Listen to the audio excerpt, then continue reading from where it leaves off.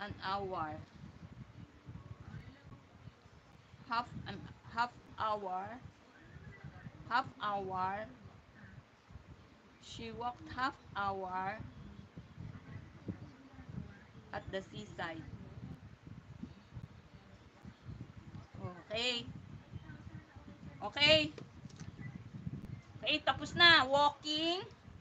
She's walking. She's walking at the She's walking. Oh, example, di ko na may sulat eh. Wala nang space. Nilakad, nilakad, nilalakad. She's walking at the seaside of the She's walking at the seaside. Okay. Wala na oh, wala nang space. Bye-bye. Next time. Sige. Okay na nakita nyo na. Review. Ano na, alam nyo na? Okay, yung in, ni, at nilalakad. Okay, nakikita nyo kung paano? Ha? So, nakita nyo na ang conjugation. Okay, yung lakad. Ito yung root word. Kita nyo na yung root word. Okay, root word, lakad. Ito yung root word, di ba? Paano natin kinonjugate? Lakadin, lakadin. Nilakad, nilakad. Walked. Nilalakad, walking. Okay? Lakadin mo na lang ang kalsada na yan, malapit lang. Walk at that street, it's near. Nilakad niya ang kalahating oras ang baybayin sa dagat. She walk half, okay, mali ako.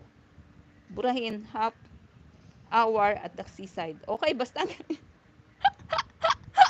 Bala na! Bala na. Okay. Pag-aralan nyo yun, bahala na kayo paanong gawin yun. Bibigyan ko na lang kayo ng, ng, tawag dito, ng test. Tandaan ninyo. Oh, and don't forget ha, share, like, sa mga gustong matuto ng magtagalog, i-share nyo to. Tapos, mag-join kayo as a member ko sa community. Sa community ko, go to Learn Tagalog PH and then go to Community tab. Okay, at doon makikita nyo lahat ang aking mga paliwanag. Okay, pati na ang shorts, malalaman nyo doon. Okay, lahat yun may mga explanations ang aking Tagalog. So, okay? Gusto nyo pa ba ng example? O for the moment, yan na lang muna, at saka na lang natin gagawin ulit ang conjugation. Part 1 na lang to.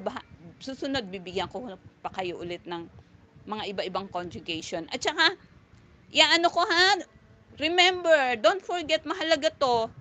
Kaya lagi nyo tingnan sa gagawa pa ako, promise. Gagawa pa ako ng mga ibang conjugations ng root word.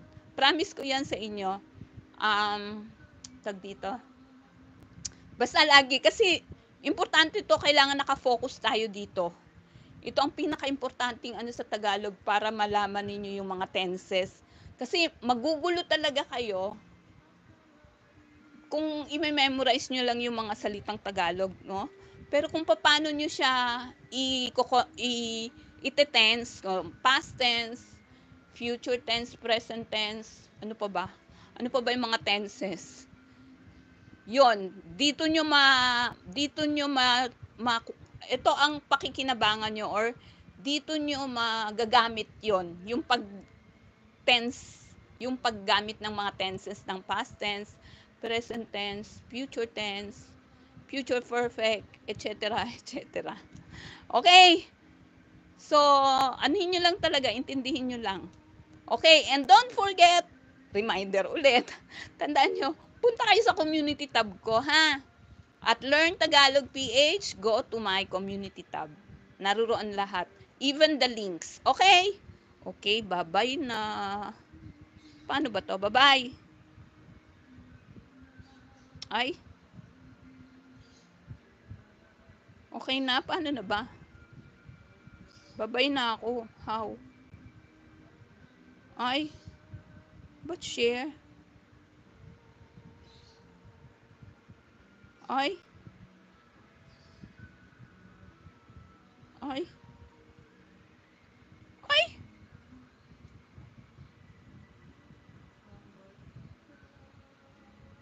nangyari?